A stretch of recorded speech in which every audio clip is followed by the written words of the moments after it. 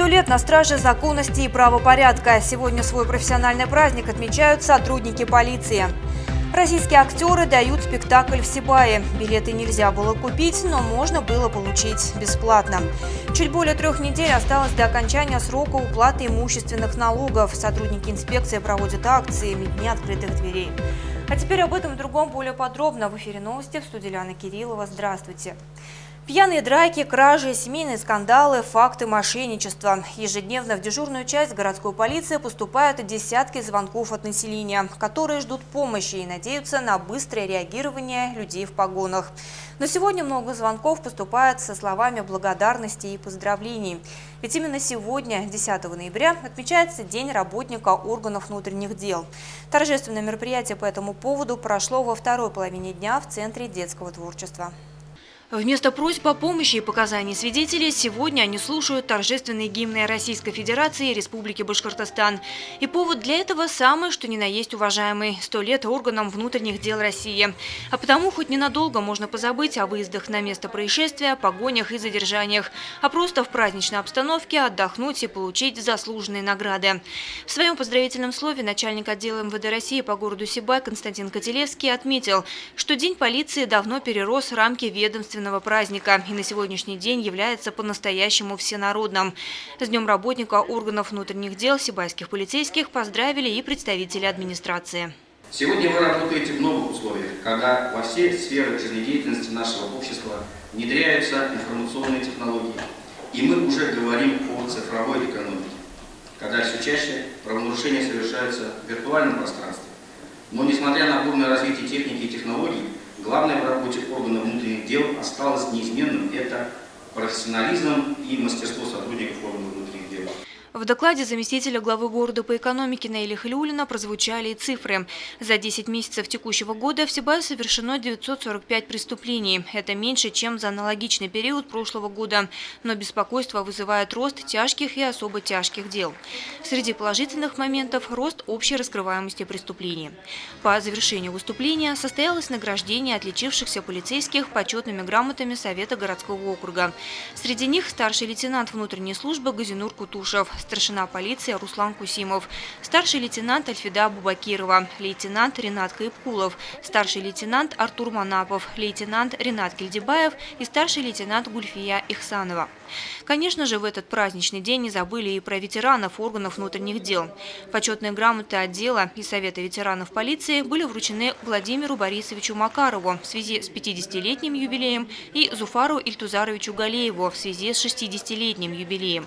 Ветераны отметили, нынешнее поколение полицейских с честью выполняет свой служебный долг. Для нас итог, для меня как для гражданина города, это то, что мы с вами ходим по городу спокойно, и они обеспечивают наш общественный порядок.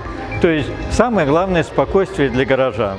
И как уж они организуют борьбу с преступностью, да, это их служебная деятельность, я пожелаю им только в этом успехов. А так, я считаю, что от всей души сегодня надо поздравить прежде всего ветеранов и милиции, и полиции за их добросовестный труд, за то, что они своим трудом тоже нам обеспечивали правопорядок в городе и заботились о наших правах и свободах. А сотрудникам полиции тоже хочется поздравить и пожелать им удачи в службе, счастья в личной жизни и благополучия в семьях. Пусть трудится на благо нашего города. В рамках празднования также были вручены медали МВД России и присвоены очередные специальные звания. 10 ноября 2017 года был подписан декрет о создании чрезвычайной комиссии. И с того момента прошло уже 100 лет, как образовались органы внутренних дел, пройдя путь от чрезвычайной комиссии и так далее до полиции. Сегодня мы празднуем эту дату. Отдел подошел с неплохими результатами к столетию, но об этом мы сегодня говорить не будем. Сегодня мы будем только поздравлять наш коллектив. Коллектив у нас большой, 220 человек по штату, практически полностью комплектованный. Пользуясь случаем, хочу поздравить весь наш слаженный коллектив, дружный коллектив с этой прекрасной датой пожелать всем крепкого здоровья, семейного счастья, благополучия, успешной службы, реализации всех задумок, чтобы мечты все сбылись, ну и финансового благополучия. Также поздравляю нашу ветеранскую организацию, наших ветеранов, заслуживаемых, уважаемых. Желаю им крепкого здоровья, самое главное – долголетия. И хочу выразить им огромную признательность и благодарность за ту мудрость, за тот опыт, который они передают нашим молодым сотрудникам. К поздравлениям присоединяются Ильяна Кириллова, Руслан Кравцов, Любовь Карпова и вся телекомпания СТВ. К другим новостям. В эти минуты в драмтеатре имени Арслана Мубарякова идет показ лирической комедии «Однажды вечером» с участием известных российских артистов Виктории Тарасовой и Олега Харитонова. Билеты на спектакль не продавали, но раздавали бесплатно. Желающие могли получить свой пригласительный из рук актеров в торговых комплексах «Зауралье» и «Аструм». Актеров российского кино и театра, возглавляемых Викторией Тарасовой и Олегом Харитоновым, встречали в холле торгового комплекса «Аструм» громкими овациями. Уже сегодня в драматическом театре имени Арслана Мубарякова состоится показ лирической комедии «Однажды вечером», в которой актерский дуэт исполняет ведущие роли. В рамках запланированной автограф-сессии сибайские зрители смогли лично пообщаться с труппой спектакля, сделать совместные фото с актерами и даже получить пригласительные билеты на вечернюю постановку лично из рук исполнителей главных ролей. По завершении дневной сессии гости проследовали в фитнес-центр Body Club, где состоялась показательная тренировка. Организатором всех запланированных мероприятий выступает местная общественная организация по поддержке социальных проектов «Вперед, Сибай».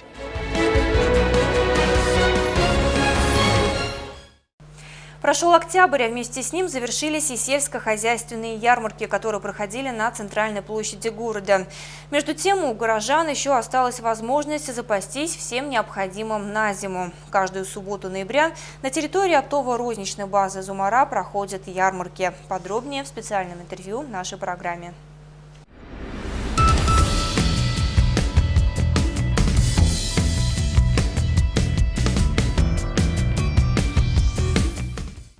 Каждую субботу на территории оптово-розничной базы «Зумара» проходит сельскохозяйственная ярмарка «Урожай-2017». Мы приглашаем индивидуальных предпринимателей, владельцев подсобных хозяйств, товаропроизводителей сельскохозяйственных продукций из города Сибай, Баймак, районов Зауралья, Челябинской и Оренбургской областей. Планируется продажа зерновой, мясной продукции, овощей и фруктов, вязаных изделий, предметов быта и меда. А также всех гостей и жителей города мы приглашаем и ждем за качественными покупками по низким ценам на нашу базу, которая находится по адресу Восточное шоссе, 12.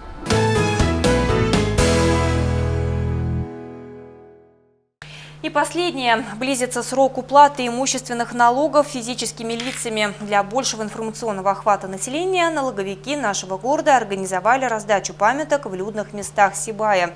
Екатерина Марочкина далее. Несвоевременная оплата налоговых сборов грозит гражданам административной ответственностью в виде начисления пений или же судебных взысканий.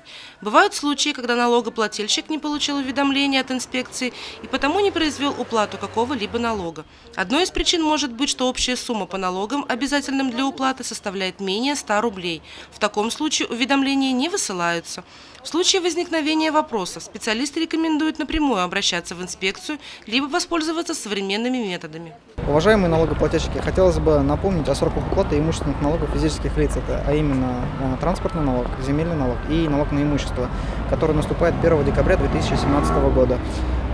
Те налогоплательщики, которые не получили налоговое уведомление, могут обратиться в отделение почты или же непосредственно в налоговую инспекцию по адресу улица Маяковского, 31/1.